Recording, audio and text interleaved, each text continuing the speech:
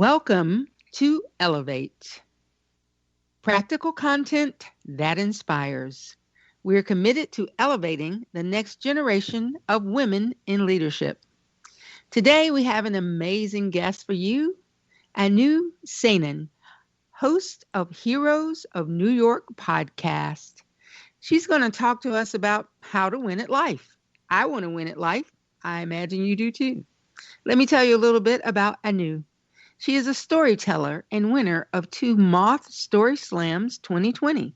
She is the host of the podcast Heroes of New York, where she shares the stories of exceptional human beings. Anu will discuss creating your own circumstances, how to find opportunity in every crisis, and 3 strategies to increase your value at work. She is a mom to a creative 9-year-old boy who keeps her grounded and busy. She works for UNICEF and lives with her husband and son in New York City. Rochelle, take it away. Anu, thank you so much for joining us today. Congratulations on your Moth Story Slam wins. Thank you. Thank you so much for having me. You're welcome. And for our listeners who may not be familiar with this event, could you please share a bit about it and your journey to your wins? Sure. So I went to the first ever Moth Slam in my life this year in 2020. I think it was one of the last slams in person in Feb before it all shut down and became virtual. When I went to the Moth Slam, I had no clue how it really happened. I had only heard of it and I was curious to try it.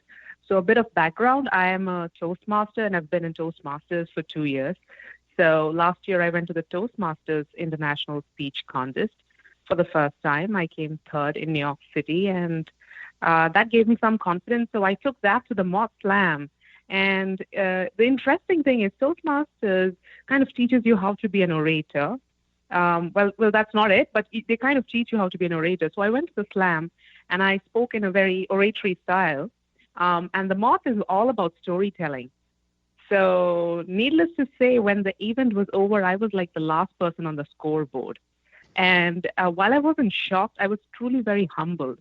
And I realized that storytelling and oratory are 2 different skills. So I decided to learn how to tell stories in a very natural way. I took up storytelling classes during the lockdown in New York. And then I went back to slams starting August. And I felt good when I won it because it was proof that you can be both an orator and a storyteller. And being a storyteller means being more relatable to the audience. You know, you can be more vulnerable and open about your emotions, and you can actually connect to the people in the room. And I'm really glad I learned that because in so many ways, in today's world, you need to be more open and vulnerable in your communication, and storytelling helps you do that. Wow, that's amazing that you didn't know about it at all, and then you ended up being a winner. That is awesome. Thank you. I took classes, but thank you. Well, a lot of people take classes. We know plenty of people who've studied a whole lot and don't know very much. So obviously you took it to heart. You took your Toastmasters part. You took this other learning. That's pretty exciting. But what was the greatest lesson you learned from participating in that event? I know you said that there's a difference in oratory and in storytelling. For those of us who may not know what either is about, what was the greatest lesson you learned?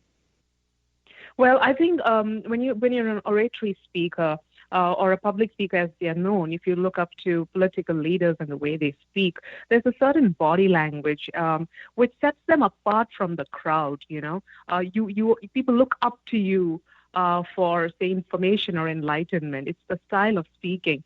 With storytelling, somehow people say, oh, that's me. That's my story. I can relate to it. Suddenly, it's not about a rhetorical wordplay. It's more about being, in the same room, having the same experience. So it's more experiential, if I could say it. And it's about making the audience feel like they are with you on that journey. And I think that's very difficult to achieve because you have to first understand the temperature in the room. You have to understand the pulse of the audience and then play it by the ear. And I think that's really challenging. Yeah, Nu, you have this incredible podcast, and I was so blessed to be a guest on your podcast, the podcast Heroes of New York. And for those that are listening, tell us a little bit more about your podcast and how that came to be.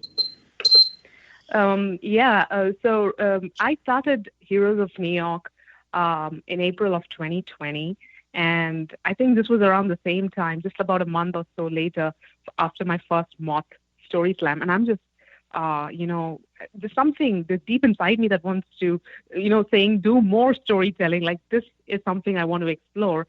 And we went into this lockdown in New York City, and there was no way to really go out and tell stories on a stage. None of that was happening. The moth had shut down, no storytelling classes whatsoever. And in so many ways, I was feeling stifled. And I started to see people in the local community, people who lost their jobs, people whose families the spouse had no job, the kids were not going to college, they were at home. They should be desperate, but actually they were going out and helping people, old people, lonely people. They were doing the grocery shopping, walking the dog, throwing the garbage. And I'm like, how can you do that? What inspires these people? And hey, why is no one telling their stories? And that's how Heroes of New York was born, to tell the stories of everyday people who were going out of their way to help others. And I thought this was a great way to spread some hope and cheer during some really, really depressing times. So that's the story behind Heroes of New York. Wow, that's pretty exciting because you're looking at, we typically think of heroes as those flying around with a cape, but you're looking at the everyday heroes that are helping us get through we all have the ability to be heroes, but I think it's so wonderful that you let people know that the things that you do. I'm a registered nurse, so I know that this year has been critically important to me because even though nurses are typically seen as the most trusted people year after year after year through these polls, many people still don't think that much about us. But somehow this year we've risen up to hero status. So thank you. Absolutely. Thank you for the service you do for society. Oh, well, thank you. But anyway, moving on, what would you say to listeners who want to create a podcast? I know there are a lot of podcasts around, but there are also people who want to know how to do it and to do it well. And how do you decide on a theme and just any number of things? What would you say to the person who's thinking, I think I have something to contribute? I think if you do, then you must by all means explore that passion. Like, why do you want to do it? I think the why is the most crucial question. What is it that you want to share? And why do you think you should do it? I mean, I don't think there's any question about the person's capabilities. Why? Is there a driving passion? Because if there isn't, then maybe you might give it up in a few months, which is also okay. There's always, experience is always a good thing. So what do you want to talk about? What is that topic about? Who is interested in it? Well, who's your audience segment? So a bit of market research around the topic and who would be potential listeners is a good thing to do. When I started my podcast, for me, definitely New Yorkers were the target, and there were a lot of people to be interviewed. So I knew there was, there was scope for that podcast. But I had no clue how to make a podcast. That's a whole different story.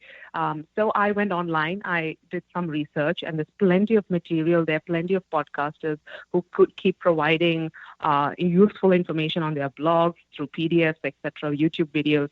So you can go watch them. It's really very easy. You can get it up and running in less than a week. The real work is in maintaining it. So maintaining your podcast, getting enough stories out on a regular basis, promoting that content takes a lot of work and dedication. So do it if you enjoy it. I outsource parts of it because editing is not my cup of tea. So I get someone to do that for me. Also, there are an enormous number of support communities online, like on Facebook, that you can join, and people are out there to help you. So a lot of resources and material in case you're interested. Awesome. Anu, when I know you have such a love of storytelling. One of the things I find challenging with women is what is the difference, or helping them understand the difference between, telling their whole backstory or telling a bit of a story. And I think what I mean is, not airing all their laundry, is like we like to say, putting everything out there. How would you, should women make it a priority to tell their stories, and how would you recommend they craft it? I think that's such a vital question. I was having a conversation with a very close friend and a CEO the other day, and he turned to me and he's like, I would like help with crafting my story. So it's not just anyone, like everybody wants to work on their stories. This is how you sell yourself.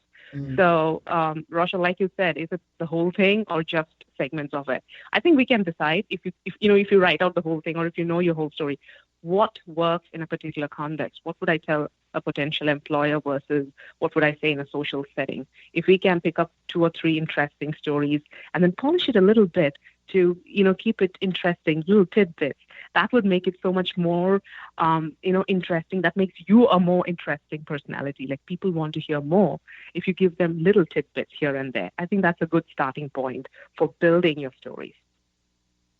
Okay, so if you're talking about that, and I know you touched upon the fact that so many people feel like the only way a story is interesting is if it's salacious, tells everything about everybody. It's kind of just the worst parts of yourself that you think that need to go out there. But you're saying just give little bits of yourself. So, for instance, if the story was that because of COVID-19, someone has become a caregiver or a parent figure or something like that, how do you, instead of just saying, well, now I'm responsible for taking care of my kids. I saw one woman in, I think, Louisiana, whose sister died, or Mississippi, and now she's taking care of 12 children total. That in itself is a story, but how do you create it in a way that other people want to know more? Oh, I think now this is a unique situation, right? I don't think it's an everyday story that we are hearing. And even if you were to say that with COVID in 2020, I became the caretaker for 20 or 12 kids, you said. I mean, even if that's the only one line you drop in a room, I guess heads will turn and they're like, "Tell me more." And then you have them, you hook them in. Then it's your stage. You take it from there. I'm saying make it interesting so that they say, "Tell me more." Hook them in. That is definitely a tell me more story. But you talk about creating our own circumstances. What do you mean by, I mean, I was intrigued by that. Talk about dropping a line. What do you mean by that? I feel that a lot of times we look to our external circumstances and then blame that for the lack in our lives. We can blame 2020, we can blame the crisis, we can blame our spouse, our neighbors, our parents, anyone. But the truth be told, if you want anything in life, you can achieve it and you can create those circumstances. I wanted to be a storyteller. I created it through a podcast. I don't need to be employed by someone. I can continue it. Now, obviously, the quality of the podcast will determine my success, but that's up to me, not anyone else. So it's possible that we can all create circumstances. If we look hard and long enough, you can find it. Wow. That's good. That's good. Now, if you are a person who is trying to find their own way and trying to increase their value at work, you were saying that you would give us 3 strategies for that. Tell us more. Well, these are 3 things that I tried this year, and I think it could work for anyone. Find a mentor, someone who's 3 or 4 levels above you, someone you aspire to be like. I found someone in my office who was really very direct, very assertive, could call a spade, and I'm like, I love this person. And, she had such amazing leadership capability. So I walked up to her and said, would you mind being my mentor? And she said, yes. The thing is, because she can call a spade, she'll give you the truth as is. So if you're willing to accept the truth about yourself, you have room to grow. And if you're someone who's way senior, they can show you the way up, the path up, what you need to do to get there. So it's really beneficial. So getting a mentor helps. The second thing is building relationships. I mean, talent and knowledge can only get you so far.